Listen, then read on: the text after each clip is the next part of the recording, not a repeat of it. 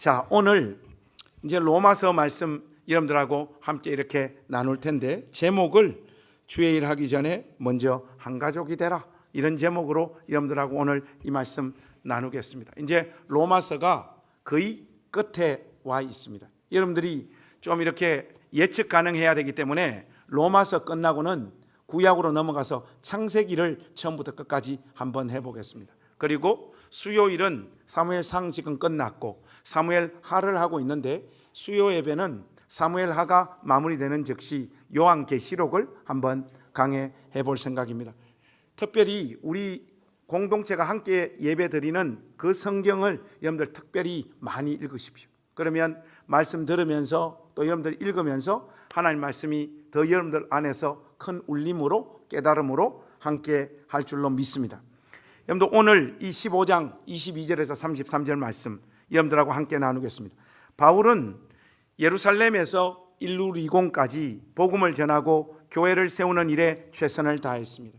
그 와중에도 여러 번 로마를 방문하고 싶었지만 뜻대로 되지 않았어요. 그런 마음을 피력하고 있습니다. 22절에 그 일이 여러 번 막혔다, 이렇게 말하고 있습니다. 그럼에도 불구하고 그는 여전히 로마 교회를 방문하고 난 다음 스페인으로 가서, 스바나로 가서 복음을 전하고 싶어하는 그 간절한 마음이 사도에게 있었습니다. 23절 말씀 보니까 이제는 이 지방에 일할 곳이 없고 또 여러 해 전부터 언제든지 스바나로 갈 때 너희에게 가기를 바라고 있었으니, 이렇게 말하고 있습니다. 바울은 로마 교회를 방문하기를 원하는데 그 목적은 스페인 선교를 위해서 그런 것 같아요.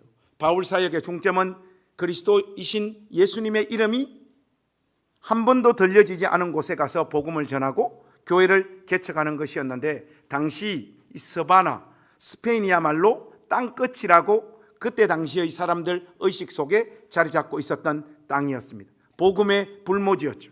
바울은 로마 교회가 자신의 선교 여행을 힘껏 지원해주는 베이스 캠프가 될 것으로 기대하고 있습니다. 사실상 로마 교회에 보내는 이 편지도 이런 목적 때문에 기록하고 있는 것 같아요. 24절에 보시면 먼저 너희와 사귐으로 얼마간 기쁨을 가진 후에 라는 표현이 등장하죠. 이 기쁨은 단순한 교제의 차원이 아니라 스페인 선교에 대한 비전을 로마 교회들과 함께 나누고 그 일에 후원을 얻고자 하는 그 마음을 피력하고 있는 거예요, 사실은. 그런데 바울은 이번에는 로마 교회를 방문했다가 스페인으로 복음을 들고 가고 싶다라고 말을 하다가 이 주제의 이야기를 잠시 미루어 놓고 갑자기 새로운 이야기를 꺼내고 있습니다. 25절에서 29절 말씀 여러분 한번 보시겠습니까? 가난한 예루살렘 교회를 향한 마게도냐와 아가야 사람들의 연보 이야기를 새롭게 하고 있단 말이죠. 26절에 보니까 바울은 마게도냐와 아가야의 사람들이 예루살렘의 가난한 성도들을 위해 준비한 연보를 먼저 전달하기 위해서 예루살렘으로 내가 먼저 가야 된다는 자기의 선교의 일정을 이야기하고 있어요. 역사의 기록을 보면 실제로 세속사에서도 AD 46년에서 48년에 팔레스타인 지역에 큰 기근이 일어났음을 기록하고 있습니다. 성경이 역사성을 지니는 분명하고 구체적인 특징이 있는데, 증거가 있는데, 사도행전 11장에도 바로 이 사건이 기록되어져 있어요, 여러분. 당시 예루살렘의 유대인 신자들, 특히 교회의 지도자들에게 이 기근으로 말미암아 재정적인 어려움이 닥쳤던 것 같습니다. 바울은 예루살렘 교회에 닥친 이 어려움을 알고 있었고, 자신이 선교 여행을 다니는 동안 이방 교회 가족들에게 이 소식, 이 형편을 전달하면서 연보해야 됨을 강조하고 예루살렘 교회를 우리가 물질로 함께 섬기자고 요청했던 것 같습니다. 마게도냐는 빌립보, 데살로니가, 베레아에 있는 지역이고, 아가야는 아테네와 고린도에 있는 지역을 말하는데, 이 지역의 권속들이 예루살렘 교회를 위해 기쁨으로 사도 바울의 이 요청에 따라 연보에 동참합니다. 근데 여러분 이건 뭐 설교의 흐름하고는 좀 상관없는 이야기인데, 보통 성경 읽다가 보면 교회 다니는 분들이 지역, 지리에 대한 정확한 인식이 좀 없는 것 같아요. 무슨 말이냐면 마게도냐가 큰 개념인지, 빌립보와 데살로니아, 베레아가 더 큰 개념이고 지역인지, 아가야가 더 큰 지역인지, 아테네와 고린도 지역이 더 큰지, 이런 거에 대한 지식이 별로 없어요. 그러니까 읽다가 보면 그냥 검은 건 글자요, 하얀 건 종이요, 이렇게 돼요. 이게 지역이 어렵습니다. 우리만 해도 좀 그렇지 않습니까? 여러분, 성남이 큽니까? 분당이 큽니까? 똑같아요? 이 보십시오. 여러분, 성남이 큽니까? 분당이 큽니까? 고양이 커요? 아니면 일산이 커요? 나는 모릅니다. 여러분, 고양시 안에 일산 서구와 일산 동구가 있잖아요. 성남시 안에 분당구가 있잖아요. 왜 그렇게 무식하십니까? 근데 우리가 성경 읽을 때도 이런 일이 똑같이 벌어져요. 마게도냐 안에 빌립보와 데살로니가와 베레아가 있고, 아가야 안에 아테네와 고린도가 들어가 있습니다. 이 지역의 권속들이 예루살렘 교회를 위해 기쁨으로 연보에 동참합니다. 예루살렘 교회를 우리가 물질로 돕자, 이런 분위기가 만들어진 것이죠. 여러분 가만히 한번 보십시오. 바울이 여기에서 강조하는 내용이 두 가지가 있습니다. 26절에 보면 기쁘게 얼마를 연보했다는 표현도 나오고, 27절에는 저희가 기뻐서 하였거니와 하는 표현도 등장합니다. 여기서 기쁘게 했다는 말은 이방교회 가족들이 예루살렘 교회를 돕기 위하여 헌금한 이 헌금은 자원하는 마음으로 자발적으로 한 것임을 강조하는 표현이죠. 이방인 신자들이 유대인 신자들을 돕고자 하는 그 중심에는 이미 그들이 하나의 교회요, 주 안에서 한 형제라고 하는 연대 의식을 가지고 있었던 것이 분명합니다. 그리고 또 하나는 바울은 이방 교회의 권속들에게, 예루살렘의 성도들에게 빚진 자의 마음을 가지고 있어야 됨을 강조하고 있습니다. 바울은 이방인 성도들이 예루살렘 교회를 섬기는 이유 안에 자발성을 넘는 의무감을 가져야 됨을 지금 강조하고 있는 거예요. 그래서 바울은 이방인들이 유대인들에게 빚을 진 자들임을 강조하면서 그들을 섬기는 것이 이방교회는 마땅하다는 거예요. 그들에게 영적인 것을 전해준 유대인들에게 그들이 어려움에 처해 있을 때 우리가 물질로 그들을 돕고 섬기는 것은 너무나 마땅한 일임을 이야기하고 있는 것이죠. 우리는 신앙생활을 하면서 봉사하고 헌신하는 일, 특히 헌금하는 일에 양극단의 이야기를 너무나 자주 하고, 이것을 자기의 신앙적인 어떤 신념으로 가지고 있는 경우들이 많아요. 하나는 봉사와 헌신을 강조하는 의무감 가운데 어떤 일을 하도록 만드는 것인데, 봉사하라, 헌신하라, 헌금하라, 설교하는 저, 목회하는 저지만 참 지긋지긋해요. 마른 수건에서 물을 쥐어 짜는 것 같아요. 성도들의 상관 물질을 거의 착취하다시피 하여 교회를 세우고 목회하고 그렇게 말씀을 전하는 문화가 우리 개신교 안에는 아직도 너무나도 많이 남아있는 것 같습니다. 교회 일에 헌신하는 사람은 자동적으로 믿음 좋은 사람이고, 삶의 형평상 그러지 못하는 사람들은 그저 그런 존재로 교회 안에서 전락하고 말잖아요. 이런 분위기들이 교회 안에 실질적으로 많잖아요. 돈 없으면 교회 다니기도 어렵고 눈치를 봐야 할 정도의 문화가 교회 안에 형성되어진 것이 사실이지 않습니까? 이런 문화, 나전당 교회 안에 속히 종식되어져야 될 줄로 믿습니다. 그러나 이런 분위기 속에서 자발성이 도를 넘게 강조되고 그 가치가 교회를 압도하는 일도 너무 많이 벌어지고 있습니다. 여러분 절대로 오해 없이 들으십시오. 자발성을 강조하는 분들이 보통 어떤 말을 잘하는가 하면 억지로 하려거든 차라리 하지 말라, 이런 말을 잘해요. 나는 이제 누가 시켜서 하는 그런 봉사, 헌신, 헌금 나는 안 한다. 참 맞는 말 같은데, 여러분 솔직히 우리가 헌금하면서 뭐 기쁨이 넘쳐서 헌금하는 경우가 언제 있습니까? 우리가 기쁨이 넘쳐서 헌신하고 봉사하는 날이 언제 있습니까? 그러면 매일 교회 오셔가지고 사역자들 밥 해주세요, 여러분. 성숙한 사람들은 비가 오나 눈이 오나 교회를 지키는 분들입니다. 늘 기쁨과 즐거움에 넘쳐서 봉사하는 분들은 없습니다, 여러분. 이 사람들은 믿음이 좋은 사람들이 아니라 정신이 아픈 사람들이. 여러분, 저도 그것이 안 됩니다. 여러분, 목회하는 날들이 뭐 매일매일 기쁩니까?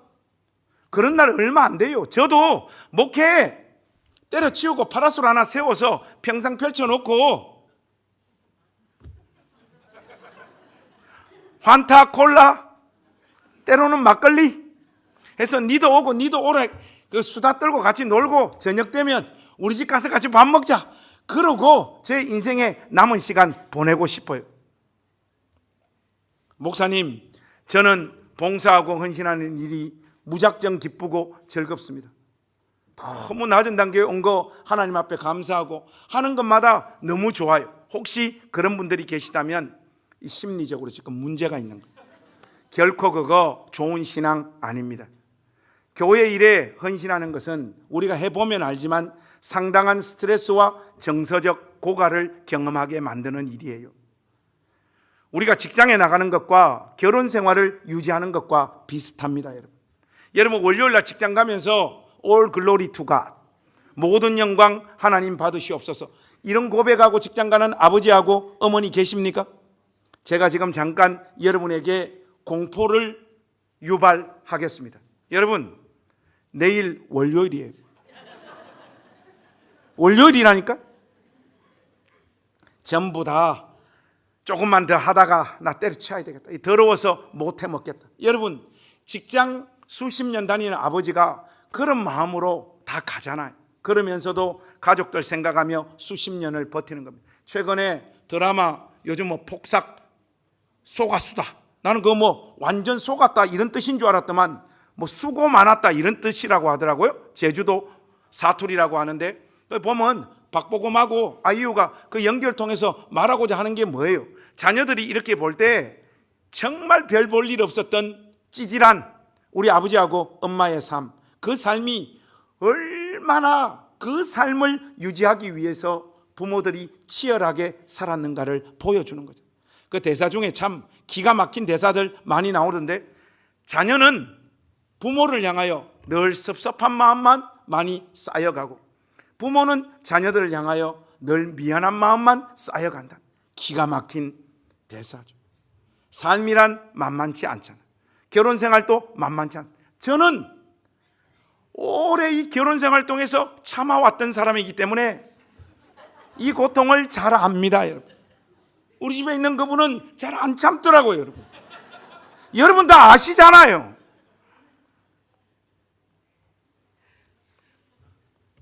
비 오는 날, 햇볕이 비치는 날, 늘 하나님 앞에 신실함을 유지하는 것, 그것이 좋은 신자입니다. 그게 성숙한 삶이며 책임감 있는 자세이죠. 결혼해서 사는 것이 매일 가슴에서 사이다가 터져나오는 기쁨으로 가득 차 있는 경우는 없습니다. 죽지 못해 사는 날도 많습니다. 내 마음에서 자원하는 마음이 생길 때까지 기쁨과 즐거운 마음으로 봉사하고 헌금하는 그 순간까지 기다렸다 하려면 여러분들은 골백번 죽어야 됩니다. 그런 날 오지 않습니다. 대한민국이 통일되는 게 더 빨라요. 그 순간이 올 때까지 기다리다가는 주의 교회는 다 무너지고 여러분의 신앙도 다 무너집니다. 여러분 보면 있잖아요. 헌금에 대해서 비판하는 사람 중에 헌금을 자기가 비판하는 그 기준대로 헌금을 잘하는 인간을 보지를 못했어요. 헌금에 대해서 멋진 말, 아름다운 말, 멋진 말 쏟아놓는 사람들이 보면 그 말 왜 하는가 하면 지가 헌금 안 하려고 그 말 하는 거예요. 교회가 돈을 이래 써도 되냐 저래 써도 되냐 다 맞는 말이에요. 틀린 말 어디 있습니까? 성도들이 헌금한 돈 우리가 좋은 곳에 꼭 필요한 곳에 흘려보내야죠. 그런데 그 말을 적극적으로 하는 인간들 치고 헌금 잘하는 인간 아무도 없어요. 인간이란 생각보다 굉장히 얍삽하고 비겁한 존재입니다. 목사님, 저 돈 아까워서 헌금 못하겠어요. 왜? 저 믿음 없어요. 교회 저 별로 안 사랑해요. 그냥 교회 놀러 다니는 거예요. 이렇게 솔직하게 말하세요, 여러분. 그게 더 낫습니다. 다만 온갖 멋진 말은 다 하고 아무런 신앙적인 의무는 지지 않습니다. 못난 인간이고 못난 신자입니다, 여러분. 보통은 안 하려고 멋진 말을 만들어내더라고요. 제 이 말이 우리 나전당 교회 안에 경제적인 형편이 어려워서 헌금하고 싶어도 하지 못하는 사람들 마음에 상처가 되지 않기를 바랍니다. 여러분, 늘 여러분들에게 말씀드리다시피 경제적인 형편이 안 되는 사람들이 11조하고 감사하고 교회에서 요청하는 어떤 헌금에 동참하는 것 하나님께서 별로 기뻐하시지 않습니다. 여러분 삶을 지키기도 버거운 분들은 그 물질로 여러분의 삶을 잘 가꾸십시오. 하나님 형상대로 지음받은 여러분이라고 하는 존재가 비참한 자리로 내몰리지 않도록 최소한의 삶을 지키십시오. 헌금하지 못해도 괜찮습니다. 하나님께서 여러분의 삶을 견디며 그 돈으로 여러분의 삶을 유지하는 그것을 주의 일로 간주하시고 여러분의 인생에 하나님께서 은혜를 주십니다. 그러나 감당할 수 있는 분들이 자발성의 논리를 내세워 멋지고 아름답고 당위적인 헌금에 대한 이야기를 쏟아놓으면서 어떤 책임도 지려고 하지 않는 거, 이거 참 문제예요, 여러분. 제가 볼 때 헌금 열심히 하는 사람들이 보통 보면 아무 말 안 해요. 아무 말 안 해요. 여러분 보면 우리가 이렇게 이야기하잖아요. 헌금 많이 냈다고 네가 그러냐 이러는데, 제가 목회를 하다 보면 헌금 생활을 신실하게 꾸준히 하는 사람들은요, 이런저런 말 안 해요. 별로 하지도 않는 자들이 교회 헌금은 어디에 써야 된다, 어떻게 해야 된다, 11조의 정신은 이거지 않느냐, 이런 이야기를 쏟아놓을 뿐이죠. 여러분 이렇게 설교 원고를 치다 보면 어떤 날 손에 영이 임할 때가 있습니다. 제가 지금 진술할 내용이 영이 임한 진술입니다. 여러분 잘 들으십시오. 자원에서 감당하는 봉사의 기쁨은 의무감이라고 하는 적절한 구속이 필요하고, 의무감은 자발적 기쁨이라고 하는 윤활유가 필요합니다. 제가 써놓고도 주여 이게 진정 제가 써제낀 문장입니까? 놀랬습니다. 여러분 자원에서 봉사하는 그 기쁨도요, 의무감이라고 하는 적절한 구속이 필요합니다. 옛날에 015B라고 아주 오랜된 연인들 뭐 이런 노래가 있는데, 거기에 보면 의무감으로 전화를 하고 뭐 이런 멜로디와 가사가 있습니다. 여러분들 아시죠? 이게 보면 이제 권태가 와가지고 의무감으로 전화. 여러분 의무감으로 전화하는 것은 대단히 훌륭한 거예요. 그게 사랑입니다, 여러분. 저도 뭐 외부에 이렇게 집회 나가면 우리 사람이 너무 보고 싶어서 전화하겠어요? 의무감으로 하는 거예요. 의무감으로. 우리 사람도 한 번씩 저한테 전화 오는데 막 저 보고 싶어서 지금 가슴 뛰어서 전화하는 겁니까? 의무감으로 하는 겁니다. 의무감으로.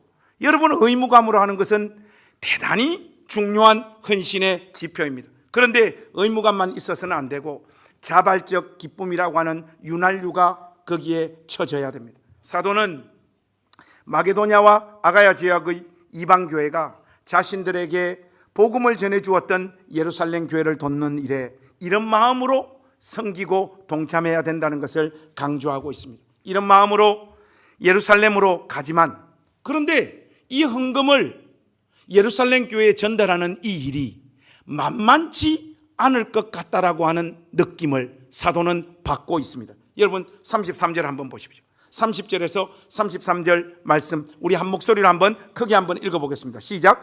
형제들아, 내가 우리 주 예수 그리스도와 성령의 사랑으로 말미암아 너희를 권하노니 너희 기도에 나와 함을 취하여 나를 위하여 하나님께 빌어 나로 유대에서 또 예루살렘에 대하여 내가 나로 하나님의 뜻을 따라 너희에게 나아가 너희와 함께 편히 쉬게 하라. 평강의 하나님께서 너희 모든 사람과 함께 계실지어다. 아멘.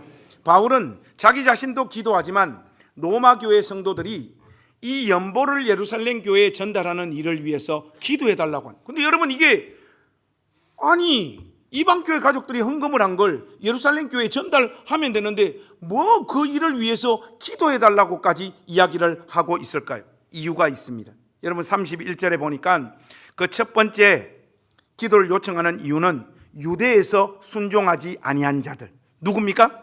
예수 믿지 않는 유대인들로부터 건짐을 받게 해달라는 거예요. 지금 유대인들은 유대인이었지만 예수를 믿고 살아가는 사도 바울에게 좋은 감정을 갖고 있지 않습니다. 이들은 예수를 믿고 전하는 유대인 바울이 나타나면 결사적으로 죽이려고 달려들고 있는 자들입니다. 바울이 이방 지역에서 전도 여행을 다닐 때 바울을 죽이겠다고 실질적으로 결사대가 만들어졌지 않습니까? 예루살렘으로 간다는 것은 말 그대로 이 호랑이 굴 속으로 들어가는 대단히 위험한 일입니다. 이런 상황을 잘 아는 바울이 자신을 위해서 기도해달라, 그리고 이 헌금이 잘 전달되어질 수 있도록 기도해달라고 그것 때문에 요청을 하고 있는 거예요.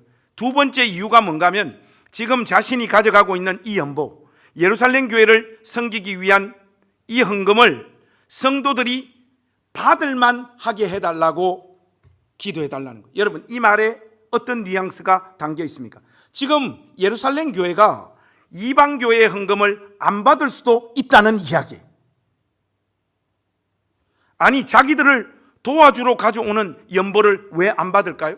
이 내용이 사도행전 21장에 나와 있습니다. 여기에 보면 유대인 중에 예수를 믿고 신자가 된 사람들이 수만 명인데 이들 모두가 율법에 열심을 가졌다고 말하고 있어요. 그리고 그들은 바울이 모세의 가르침을 배반하고 할례도 금하고 구약의 관습도 지키지 말라고 가르치고 돌아다닌다라고 그렇게 지금 알고 있습니다. 바울에게 적대적인 이들이 바울이 가져온 헌금을 선뜻 받아들일 것인가? 이거는 굉장히 다른 문제예요. 아마 그것을 유대인들을 목회하고 있는 유대인들의 사도들이 사도 바울이 가져온 이 헌금을 받게 되면 이 수만 명이나 되는 사람들이 나는 이제 교회 안 다닐 거야, 저런 사도 바울이 가져오는 저 돈을 받아 우리 교회를 유지할 바에는 우리 그냥 신앙 버리겠다, 이렇게 나올 가능성이 지금 상당히 많다라고 지금 사도 바울이 느끼고 있는 겁니다. 또 어떤 일이 있는가 하면 만약에 그들이 헌금을 받지 않게 되면 어떤 일이 생깁니까? 그것은 이방인 신자들의 입장에서 특히 마게도냐와 아가야 지역의 교회 성도들, 자원하는 마음으로 이 물질을 드린 그 사람들에게 심각한 모욕을 안기는 일이 되잖아요. 이방인들이 주는 더러운 것은 안 받는다, 이 신호들 유대인 신자들이 하는 것과 똑같은 셈이니까요.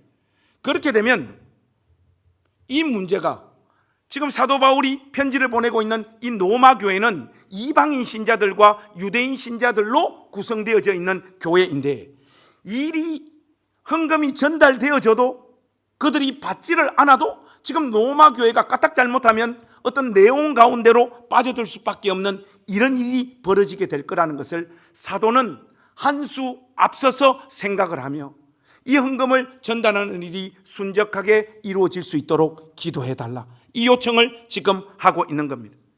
32절은 바울의 마지막 기도 제목입니다. 나로 하나님의 뜻을 따라 기쁨으로 너희에게 나아가 너희와 함께 편히 쉬게 하라. 무슨 말인가?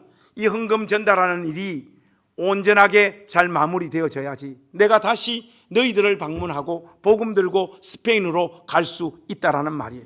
이런 이야기를 하면서 이 15장이 마무리되어집니다. 그런데 사도의 이 간절한 기도 제목은 조금 전에 제가 여러분들에게 말씀드렸다시피 궁극적으로 어디로 향하고 있느냐, 24절에 그 답이 나와 있습니다. 여러분들 우리 24절 한 목소리로 한번 같이 읽겠습니다. 시작. 이는 지나가는 길에 너희를 보고 먼저 너희와 사귐으로 얼마간 기쁨을 가진 후에 너희가 그리로 보내주기를 바람이라.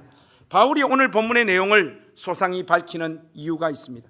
너희가 그리로 보내주기를 바람이라, 이렇게 말하고 있잖아요. 바울은 스페인 선교 갈 때 로마 교회가 자신을 힘껏 도와줬으면 하는 마음을 표현하고 있고, 마게도냐와 아가야 성도들의 연보 이야기는 바로 로마 교회도 자발적인 기쁨을 가지기를, 또 복음의 빚을 진 자로서 자신을 지원하는 그 의무감을 가져달라는 요청을, 이 이야기를 하려고 앞에 이 많은 이야기를 하고 기도 제목을 요청했던 것입니다. 그러나 이 모든 바람이 성취되어 스페인으로 복음을 들고 가는 그 일은, 연보를 전달하는 이 일이 순조롭게 마무리되어질 때만 가능한 거예요. 이 일이 마무리되어서 먼저는 유대인 그리스도인과 이방인 신자들로 구성되어진 로마 교회가 서로를 받아들이고 하나 되어질 때만이 복음 들고 스페인으로 갈 수 있는 이 일이 만들어지는 거예요. 그 분위기가 만들어진다는 말이고, 동시에 이 모든 일이 순적하게 해결되어 사도가 로마를 다시 방문하더라도 선교 가기 전에 그들과의 사귐으로 기쁨을 가진 후에 스페인으로 보내주기를 바란다고 말하고 있습니다. 여러분, 선교는 지난주에도 살짝 여러분들에게 말씀드렸다시피 예배자가 없는 곳에 예배자를 세우는 것이 선교입니다. 그런데 이 위대한 과업을 수행하기 위해서 선행되어져야 될 일이 있습니다. 그게 뭐냐? 주님의 몸된 교회가 하나 되어지는 거예요. 서로와 서로를 받아들이고 용납하는 이 섬김이 주의 교회 안에 먼저 일어날 때 전도도 있고 선교도 존재할 수 있는 겁니다. 이것 없이는 교회는 자신들의 존재 목적인 선교와 전도를 결단코 감당할 수 없습니다. 여러분, 이치적으로 한번 생각해 보십시오. 하나 되지 못하는 교회가 이 어려운 일을 어떻게 감당할 수 있겠으며, 설령 복음을 들고 하나 되지 못한 교회가 이방교회로 들어간다고 하더라도 그들에게 뭘 전할 거예요? 예수 믿고 나타난 무슨 결과를 예수 믿지 않는 사람들에게 전달할 거예요? 자기들도 하나 되어지지 못했는데.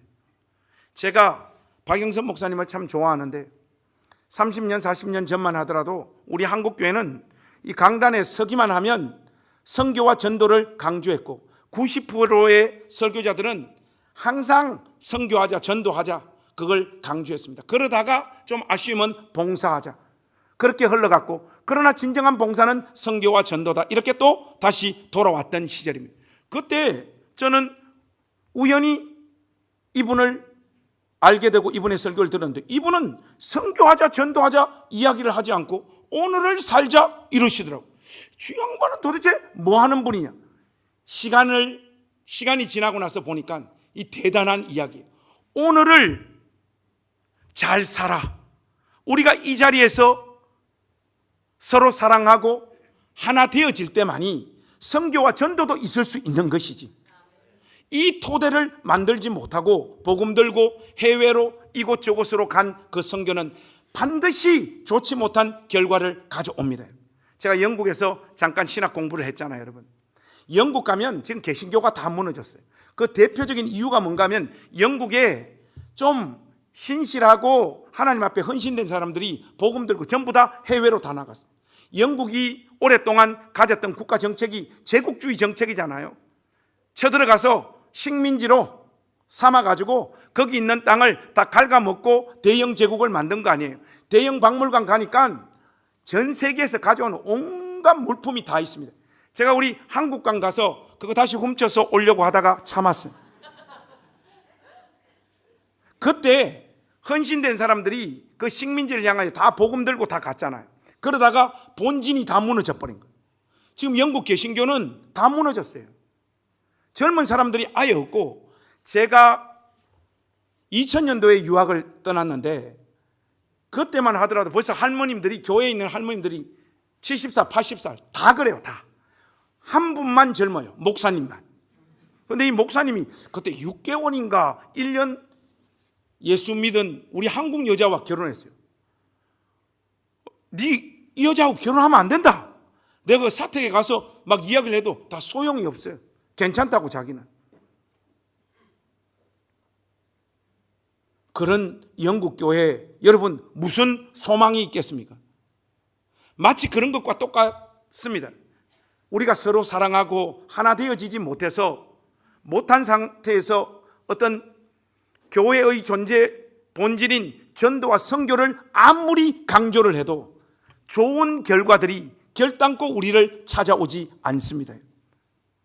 우리는 말씀대로 살지 못하는 인생이면서 예수 안 믿는 사람에게 예수님 믿고 하나님 자녀 되라라고 이야기하고 있는 이 모순, 이 괴리 앞에 세상 사람들이 그걸 눈치를 못 채겠냐고요.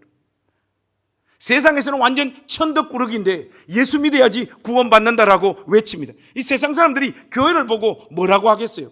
니나 많이 처음 믿어라 이렇게 했죠. 교회가 서로 사랑하고 하나 되어지지 못하면서 복음 들고 세상으로 나가는 것만큼 더 위험한 복음 전도가 없어요, 여러분. 그런 의미에서 이것이 사도가 15장에서 강조하고 있는 핵심적인 내용입니다. 여러분, 그리스도 안에서 하나 되자는 구원은 참 멋진 말이기는 하지만 현실화하는 것은 대단히 어렵습니다. 그렇죠? 그 이유가 무엇일까요? 아무리 예수를 진심으로 믿어도 자신의 삶의 경험, 신앙의 여정이 다른 사람들과 다르면 다른 사람을 이해하기가 쉽지가 않습니다. 우리 교회 혹시 순복음교회 출신들이 있습니까? 제가 이해가 안 되잖아요. 우리 목사님 왠지 말씀은 잘 전하시는 것 같은데 은사가 약한 것 같고 뭐 이런 말씀 뒷담화 한다는 거 제가 다 듣고 있습니다. 제가 볼 때는 여러분들이 아픈 사람 같아 보여요. 여러분. 침례교에서 자란 목사의 시각에서 보면 많이 아파요. 여러분들은 이렇게 흘러간단 말이죠. 여러분, 유대인들을 한번 보십시오. 그들에게는 하나님의 약속이 있었고 하나님의 율법이 있었고 수많은 기적들을 그들은 체험했습니다. 무엇보다 그들에게 약속했던 바를 하나님은 신실하게 하나도 빠뜨림없이 다 이루어 주셨습니다. 보통 이런 신앙의 경험을 통과하면 성숙하고 하나님 더 사랑하는 사람이 되어야 되는데 자기의 신앙의 경험, 신앙 체험에 대한 확신이 너무 강해지고 자기 틀이 너무 견고하게 만들어져서 자기들 식대로 믿고 자기들 식대로 체험하지 않은 것은 다 가짜고 사쿠라라고 여기기 시작을 합니다. 그게 유대인들이 흘러갔던 삶의 방향이었지 않습니까? 항상 이 사람들은 무엇이 정통이고 무엇이 이단인가, 이런데 이런 기준, 이런 관심만 많이 가지게 됩니다. 이방인들은 또 어떻습니까, 여러분? 그들은 기존의 틀과 체계를 넘어 자신들을 찾아오신 하나님을 그리스도 예수를 통해 경험한 사람들입니다. 유대교의 사고와 신학을 뛰어넘는 하나님의 무한하신 사랑과 자비를 경험한 사람들이란 말이죠.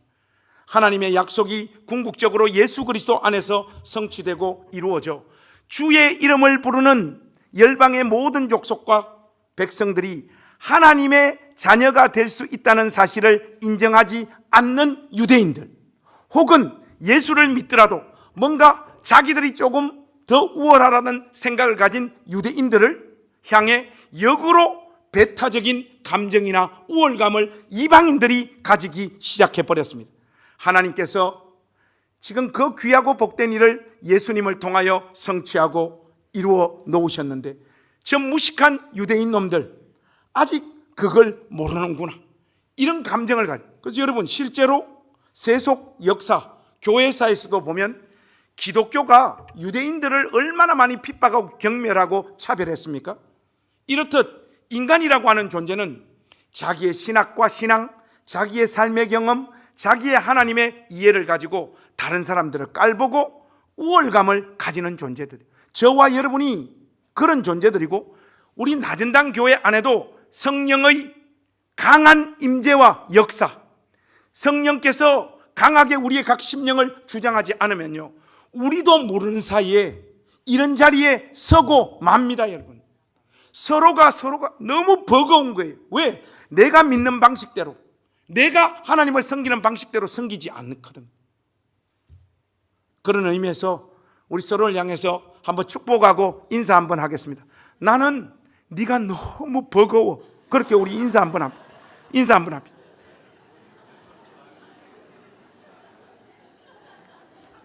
한마디 더 합시다.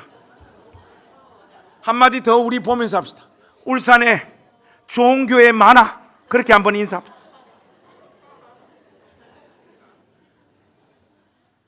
이런 일들이 교회 안에서 실제로 너무너무 많이 발생하잖아요.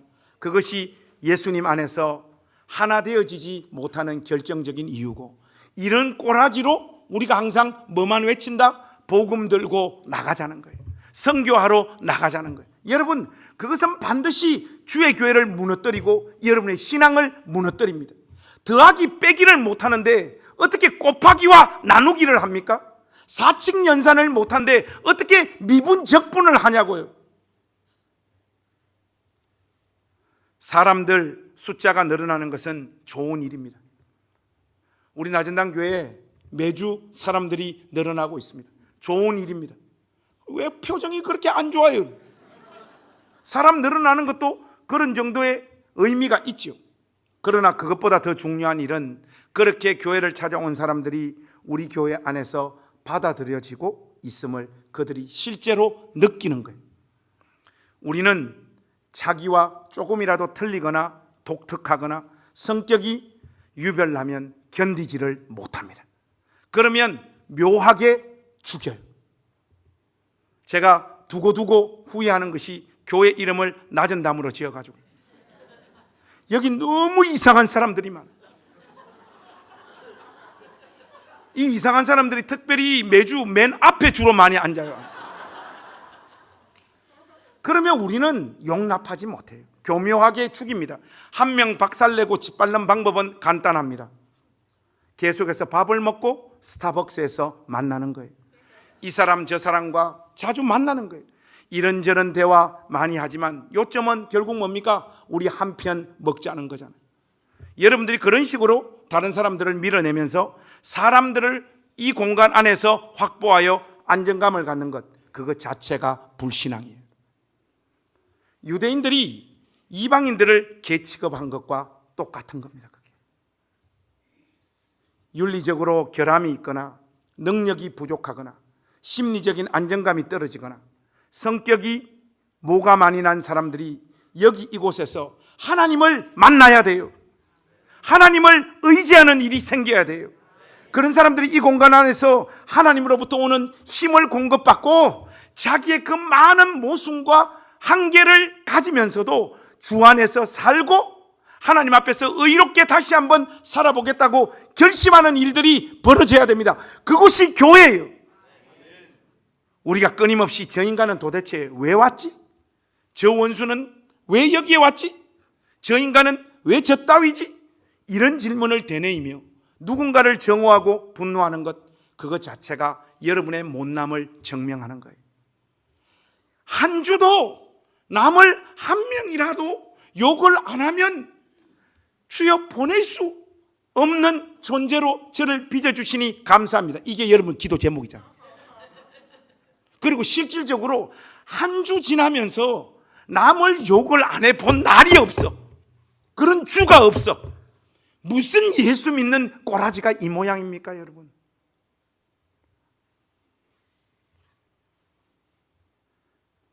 하나님은 평범하지 않고 인격에 문제가 많고 교회에 아무런 도움이 되지 않는 사람들을 통해서도 얼마든지 하나님 자신의 일을 이룰 수 있는 분입니다.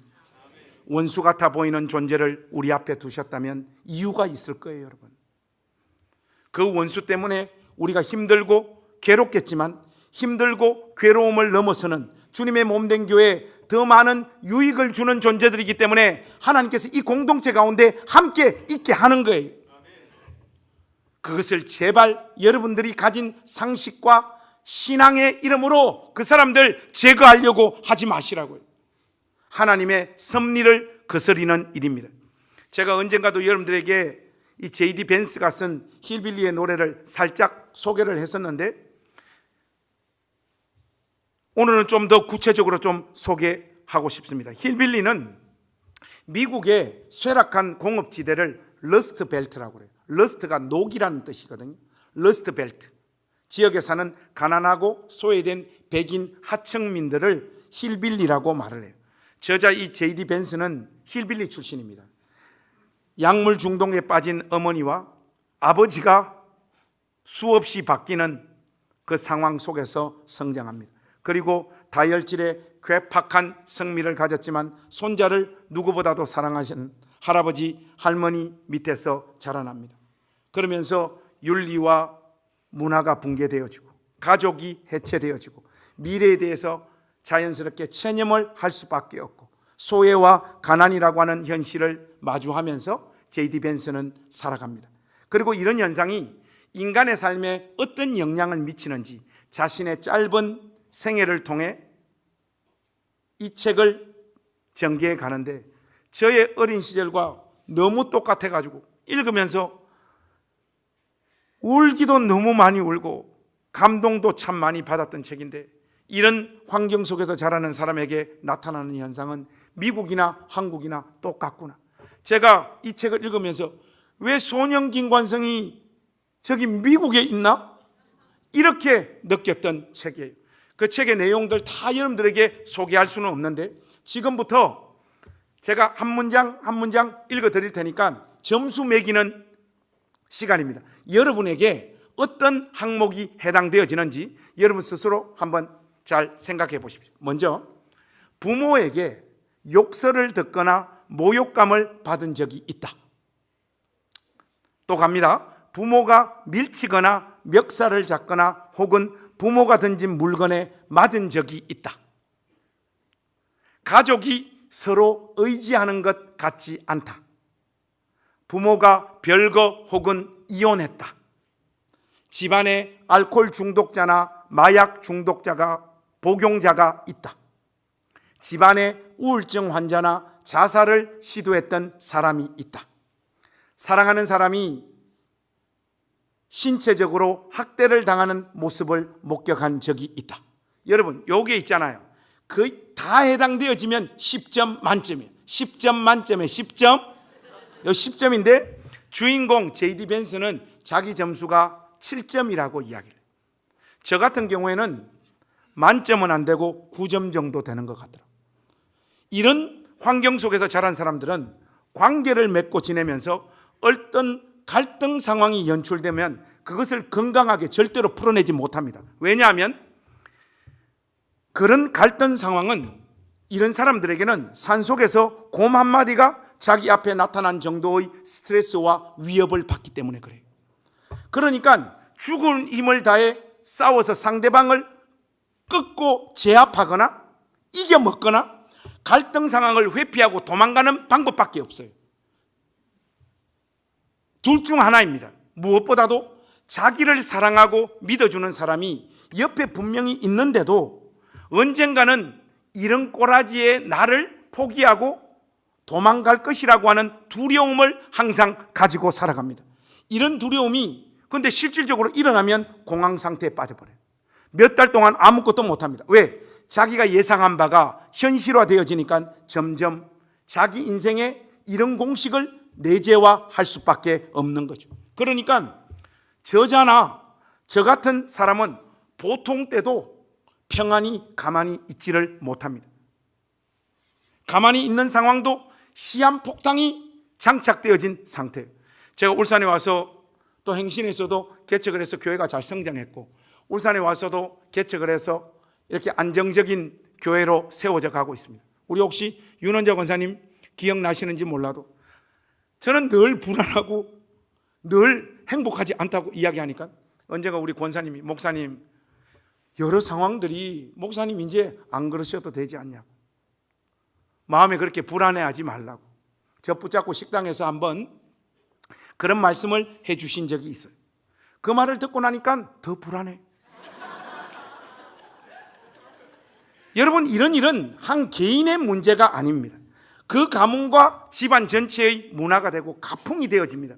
저는 실제로 사돈의 팔촌 중에 건강하게 가정을 꾸리거나 건전하게 자신의 삶을 사는 사람들을 저는 거의 보지를 못했어요. 가슴이 아픈 것은 그 사람들이 그런 삶을 살게 된 이유를 그 사람 자신에게 다 돌릴 수 없다는 거예요. 주인공 집안의 대부분의 사람들은 비슷한 문화를 가지고 살았던 사람들입니다. 마을 사람들이 대부분 다 그 동네 사람들이 허무하게 인생이 꼬꾸라집니다. 자기 의지를 가지고 그 자리에서 나오지 못해요. 한 개인이 결심한다고 거기서 빠져나와지지 않는 거예요. 여러분들, 우리 쉽게 말한다고 왜 노력하면 되지 왜 안 되는데?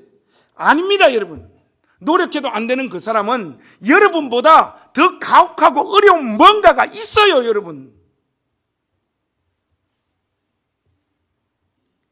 부끄러운 이야기지만 주인공이나 저는 어떤 의미에서 힐빌리의 삶과 문화에서 빠져나와 다른 인생을 살고 있는 사람입니다. 그는 예일대학교 로스쿨을 졸업하고 유능한 변호사가 되었습니다. 그리고 공화당의 유력한 정치인이 되고 지금 현재 미국의 부통령이 되었죠. 저는 하나님 말씀을 전하는 목사가 되었습니다. 그 삶의 자리에서 빠져나올 수 있었던 결정적인 이유가 무엇일까요? 저자가 훗날 자기 자리에서 자신이 그 삶의 자리에서 빠져나올 수 있었던 이유를 추억하며 고백하는데, 여러분 이 내용 한번 잘 들어보세요.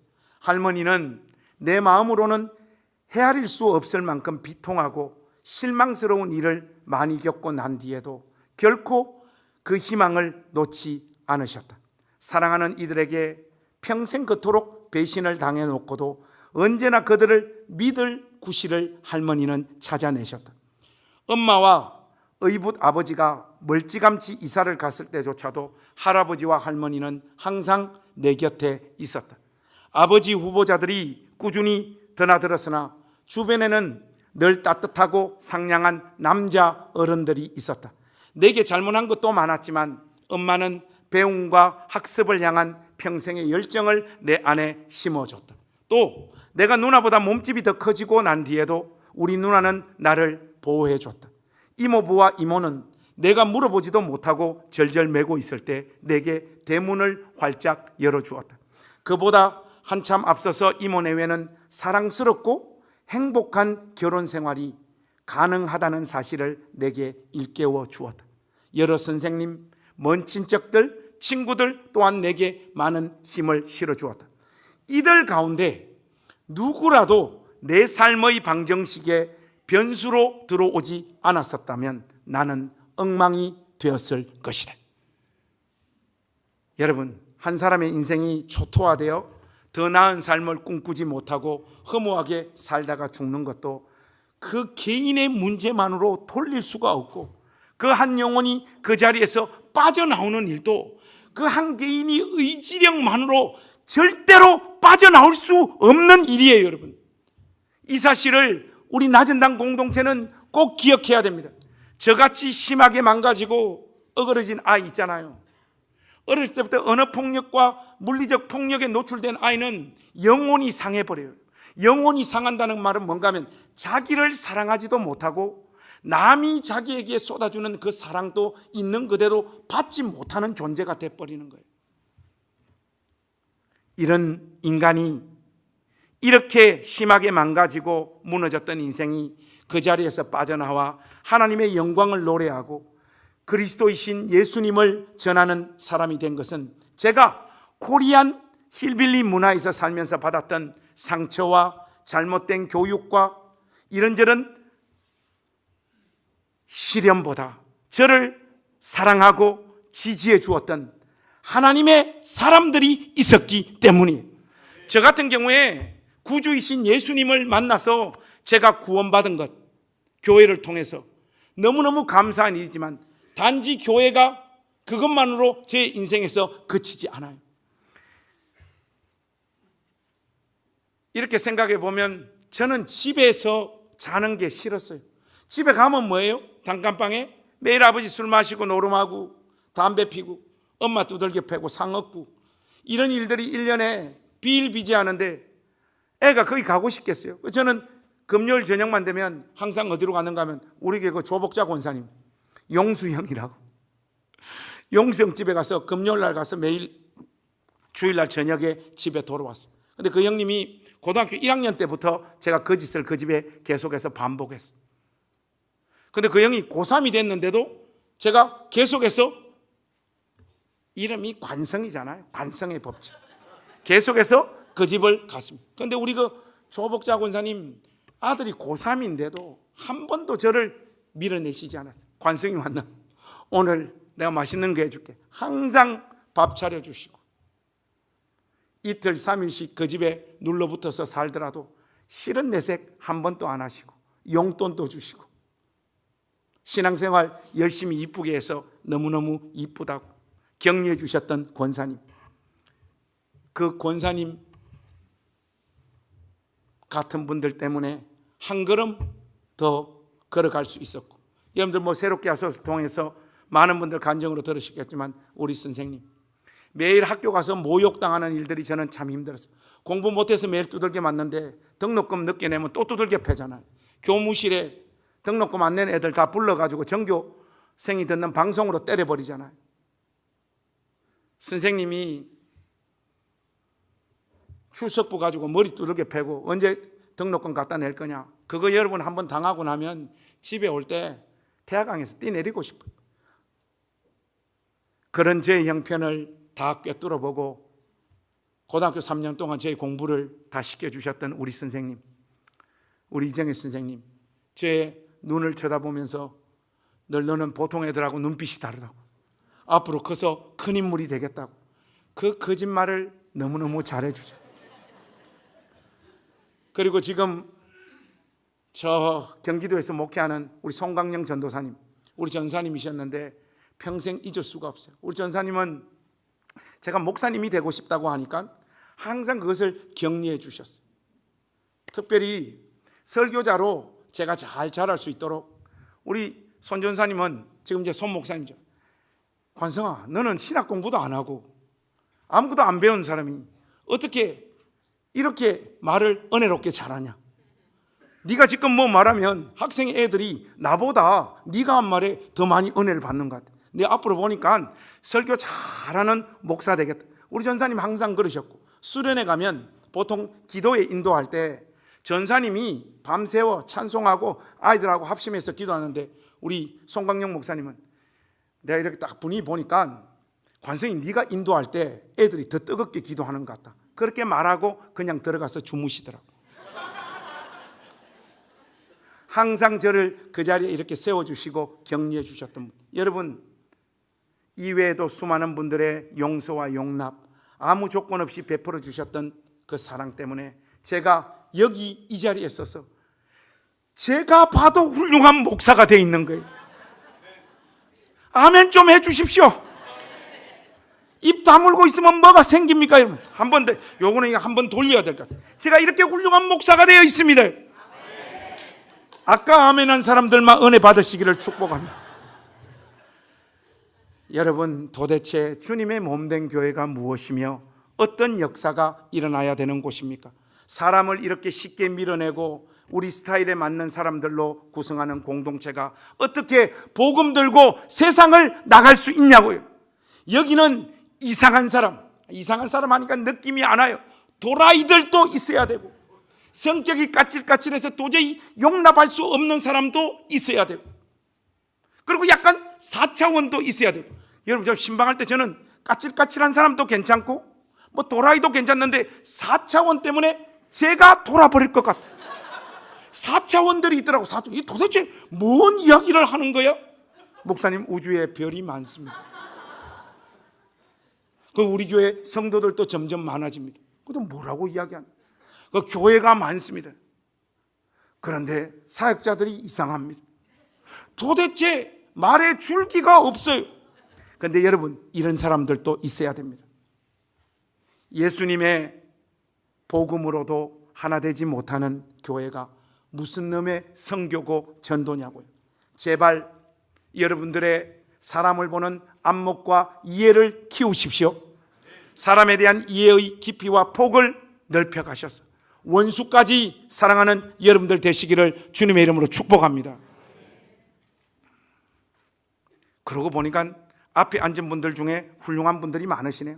우리 앞에 우리 배주 권사님이 얼마 전에 전화가 오셔가지고, 목사님, 사람들 더 품고 사랑하는 목사님 되셨으면 좋겠다.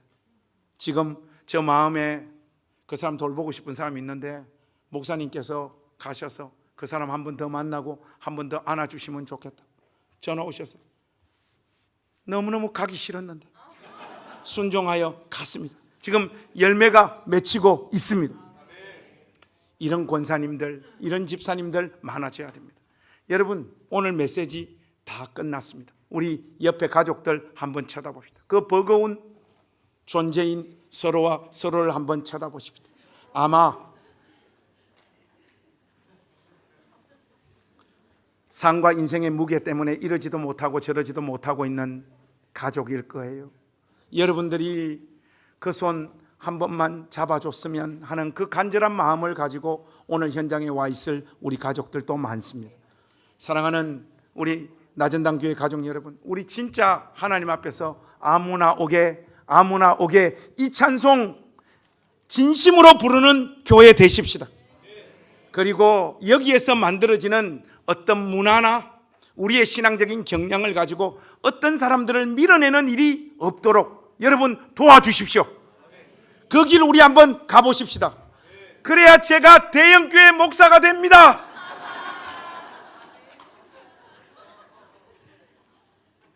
진짜 무시무시한 사람들도 품어내는 무시무시한 나전당교회, 세상 권세가 이기지 못하는 나전당교회, 복음 들고 선교하러 가기 전에 여기서 먼저 뜨겁게 사랑하고 하나 되는 이 나전당교회, 이게 우리의 궁극적인 비전인 줄로 믿습니다.